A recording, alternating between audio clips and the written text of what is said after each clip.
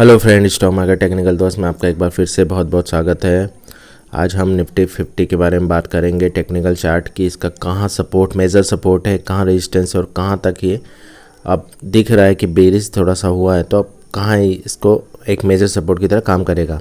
सबसे पहले हम लोग देख लेते हैं मंथली टाइम फ्रेम में। तो मंथली टाइम फ्रेम में देखा जाए तो ये सेकेंड कैंडल है रेड।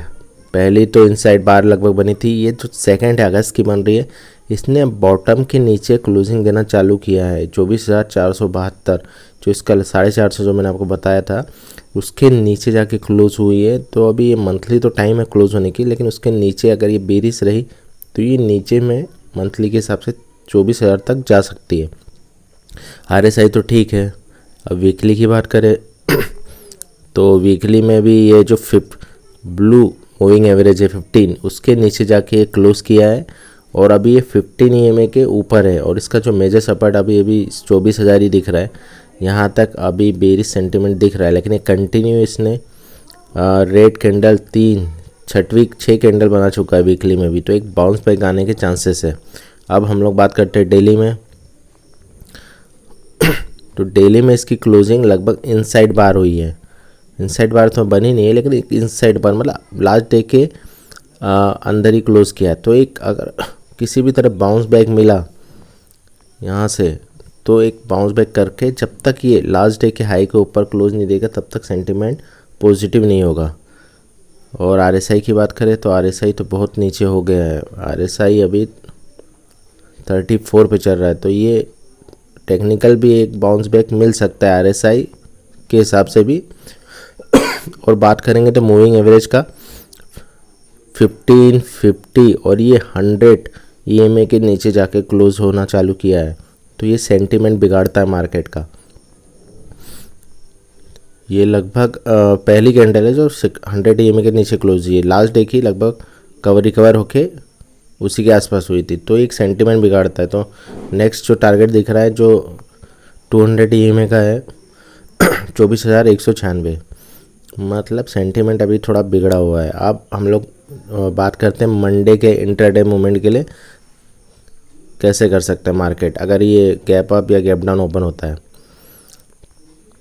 तो अब 15 मिनट की कैंडल देखिए तो लास्ट डे के जो थी क्लोजिंग उसके नीचे, लास्ट डे के जो लो के नीचे जाके क्लोज हुई है। तो इसके बाद इसका जो पूरा खुला हुआ है बहुत दिन का है, मतलब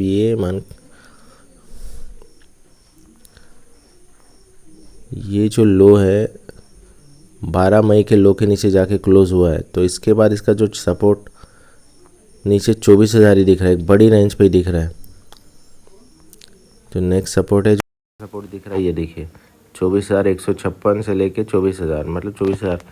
अगर नीचे गैप डाउन ओपन हुआ, गैप डाउन ओपन होने के बाद एक कैंडल बना के फिर इनसाइड कैंडल बनाया, तो उसके टॉप को स्टॉप लॉस लगा के फिर एक नीचे की तरफ ट्रेड लिया जा सकता है।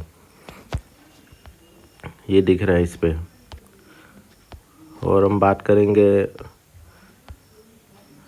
तो RSI की, तो RSI थोड़ा पॉजिटिव है, तो एक टेक्निकल बाउंस बैक दे सकता है कि ओवरसोल्ड मार्केट है।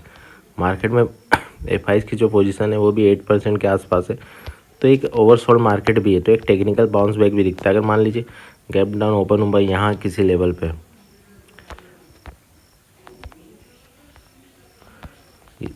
ये जो लेवल है यहाँ कहीं गैप डाउन ओपन हुआ तो एक टेक्निकल बाउंस बैक देगा, और ये जो ब्लू 50 आसपास जाके फिर से सेल ऑन राइज होगा, मतलब वहाँ से फिर सेल कर सकते हैं, ये एक चांसेस दिख रहा है। और अगर गैप अप ओपनिंग हुआ जब तक ये हाई को ना तोड़े 24,450 के ऊपर जाके, तब तक 24,450 और फिर 480 और फिर हाई, तो यहाँ नहीं आता तब तक चांसेस नहीं है। मतलब 24,450 से 500 के आसपास आके जब तक यहाँ पे थोड़ी देर टाइम पास नहीं करे और उसका एक सपोर्ट रेंज बना के तोड़ेगा, तभी इसमें बाइंग की जा सकती, नहीं तो ये ट्रैप करके फिर सेलिंग का मूड बना सकता है।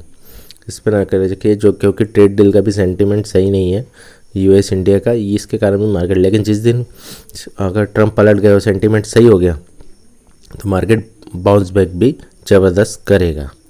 इस पर नज़र रखते हुए मंडे को ट्रेड पोजीशन बनाइए।